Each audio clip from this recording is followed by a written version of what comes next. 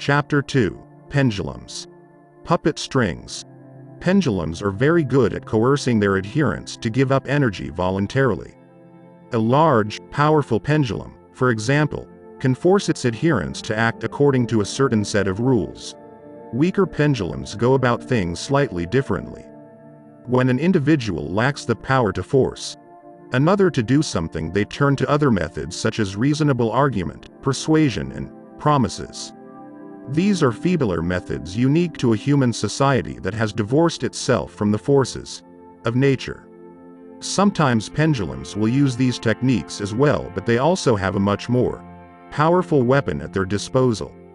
Pendulums are energy beings, and so they function in accordance with the immutable laws of the universe. The individual gives their energy to the pendulum when their thought energy is radiating at the same resonance frequency. A person does not have to be consciously sending thoughts to benefit the pendulum. As you know, most human thought and action originates in the realm of the unconscious. The pendulums make use of this feature of the human psyche. They manage to get energy not only from their adherents but also from their ardent opponents. You have probably already guessed how. Imagine a group of old ladies sitting on a bench criticizing the government. They are obviously not adherents of the government pendulum. They hate it for a number of reasons. However, what happens is that the old ladies criticize the government for being so inept, corrupt, cynical, and stupid. And in so doing, they emit intense thought energy at the frequency of the pendulum. It does not matter to the pendulum which side you rock it from. It can use both positive and negative energy just as long as that energy is resonant with its own. The pendulum's main task is to engage people in any way possible in order to occupy their thoughts. With the advent of mass media, the pendulum's techniques have become more sophisticated, and a person can become highly dependent. You have probably noticed that news programs are usually dominated by bad news evoking strong emotions: anxiety, fear, resentment, anger, and hatred. The task of the journalists and correspondents is to attract attention.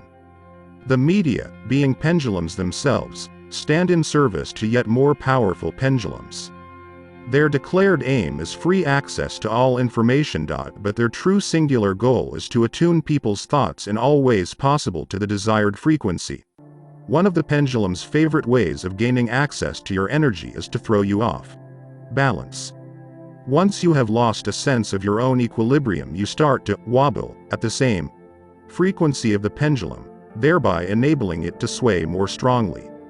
Let us say, for example, that prices have risen. You react negatively, become resentful, complain, and exchange information with your friends. This is a natural and even proper response, but it is also exactly what the pendulum is expecting. You radiate negative energy into the world at the frequency of the pendulum. It receives the energy, swings harder, and the situation is aggravated. The strongest string the pendulum can pull you with is fear, the most ancient and powerful of human emotions. It does not matter what exactly you are afraid of. If the fear is associated with any aspect of the pendulum, it will receive your energy. Anxiety and worry are weaker emotions but still relatively effective puppet strings. These feelings are excellent at attuning thought energy to the frequency of a pendulum. If you are concerned about something, you find it hard to focus on anything else. The feeling of guilt is also one of the most extensive of channels through which the pendulum can pump your energy. Guilt is imposed on us from childhood, and it is a convenient method of manipulation. If you are guilty, you must do what I say. Guilt is hard to live with, and so people try to get rid of it either via punishment or righting the wrong they have done. Both imply submission, obedience, and a certain thought pattern. A sense of duty is a special type of guilt. To owe something means that you are in some way guilty and therefore obliged to do something. As a result, the guilty, both the truly guilty and the falsely accused, wander around with their heads hung low, paying tribute to the pendulum in the form of energy. An induced, conditioned sense of guilt is the favorite weapon of any manipulator, and we will return to this theme later. It is also worth mentioning the various psychological complexes people have. In the case of an inferiority complex, the thoughts people have are: I'm not good looking. I have no skills or talents. I'm not intelligent or sharp enough. I don't know how to communicate with people. I'm not worthy. In the case of a guilt complex, the thoughts are: I have done something wrong. Everyone is judging. Me. I must carry my cross. In the warrior complex, the thoughts go along the line of: I have to be cool. I declare war on myself and all around me. I will fight for my place under the sun. I claim. My power. The thoughts of someone with the truth lover complex go along the lines of: I'll prove. At any cost that I am right and prove to others that they are wrong. These and other complexes are the personal keys to the energy of different individuals. The pendulum strikes a chord and begins intensely draining that person's energy. The list of strings the pendulum uses to control its puppets goes on: justice, pride, ambition, honor, love, hate, greed, generosity, curiosity, interest, hunger, and other feelings and needs. Feelings. And interests allow a person's thoughts to be directed in a certain way. If a theme evokes neither interest nor emotion, then it is very difficult to focus on. Pendulums wound a person's feelings or play on their needs in order to capture a flow of thought energy. As a rule, people react in uniform ways to external negative stimulus. Bad news evokes discontent. Worrying news evokes anxiety and fear. Insult evokes animosity, etc. Habits also serve as a trigger for the clamping mechanism, such as the habit of getting irritated or anxious over nothing, responding to provocation, and responding negatively to negative stimulus in general. A person can be aware of the fact that negative thoughts and actions lead to no good but continue to make the same old mistakes out of habit. Habits often create problems and cause a person to act ineffectively, and yet it is difficult to get rid of them. Old habits are an illusion of comfort. People have more trust in things that are long familiar. Everything that is new causes some concern. The old is familiar and has already been tested through experience. It is like the old chair in which you sit down to relax after work. Maybe a new one would be more convenient, but the old one is still more comfortable.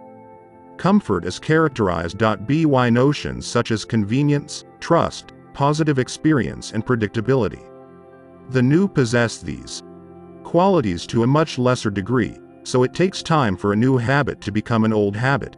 So, we have looked at the methods pendulums use to influence people. The question arises as to whether a person can escape the influence of a pendulum, and we will talk about ways of freeing oneself from the association with a pendulum later on.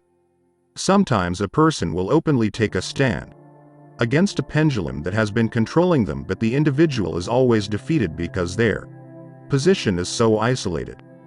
No one individual can change anything. If a person has escaped the grip of obligation and entered into a battle with a pendulum, they will only waste their energy, at best being thrown out of the system, and at worst being more aggressively squashed. An adherent that takes it upon themselves to break the rules established by a pendulum may find themselves beyond the law. On the surface of things it looks as if the former adherent is being punished for their protest, but in actual fact punishment is delivered because the adherent is no longer submissive enough to continue being a source of energy. We say that a fault confessed is half redressed, because a person who has acknowledged their guilt is willing to subjugate themselves to the power of the pendulum. The pendulum is not interested in the adherent's remorse for their actions. It is only interested in restoring lost control. A pendulum will instantly become kinder if you allow it to manipulate you.